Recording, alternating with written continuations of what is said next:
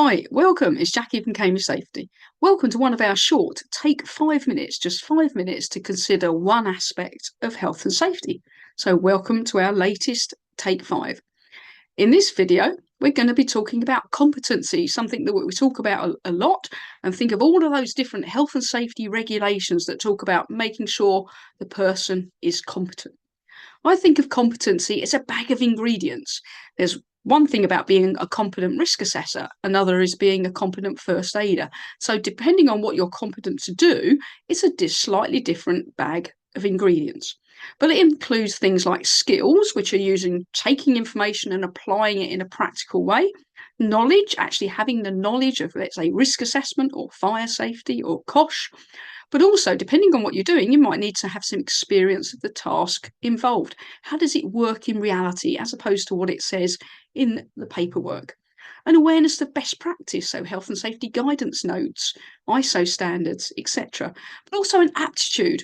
We could train everybody to drive a forklift truck, but some people will just not have the aptitude to do it safely. It could be for high level, possibly qualifications such as the various NEBOSH certificates and diplomas, depending on what you're being asked to actually do. Electricians need to have electrician qualifications. Gas fitters need to have specific qualifications for that to make them competent. So it could be equally membership of a trade body or membership of a professional body, particularly for higher risk situations. We've attended relevant training. The ability to recognise unsafe conditions and unsafe actions relating to that particular topic. Is it noise? Is it electricity? Is it chemicals? It could also be personal characteristics, because depending on what we're trying to do, we might not just be working on our own, we might need to communicate and interact and liaise with others effectively. Equally, though, the real most important thing is a true competent person knows the limits of their competence. They know what they're competent to do, but also they will recognise a situation that is outside of their competency. Yes, I can do a general risk assessment in an office, but I'm not the person to do it in perhaps a chemical refinery or a nuclear power station. So competency. We've got a common law case here from 1938. It's used a lot in health and safety. Wilson and Clyde Cole versus English. The case set a variety of precedents. Here, a miner was leaving the pit when the haulage plant was put into operation when it shouldn't. He was crushed against the wall. The plaintiff, so i.e. the injured party, he was injured and he sued his employer and the mine manager for his injuries.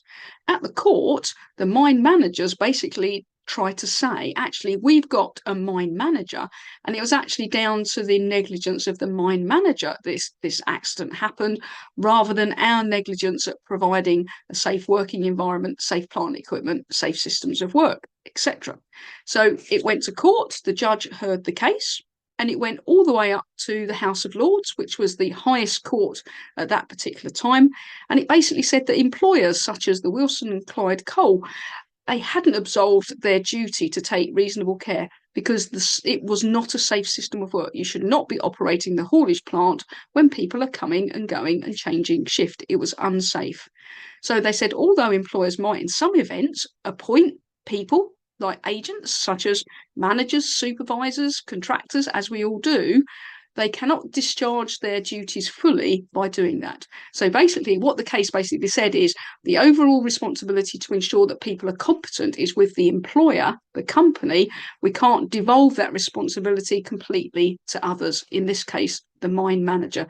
They said the ultimate responsibility rests with the company, but then it's the company's responsibility to make sure that the mine manager or any manager is competent, skills, knowledge, experience to do the job they're being asked to do.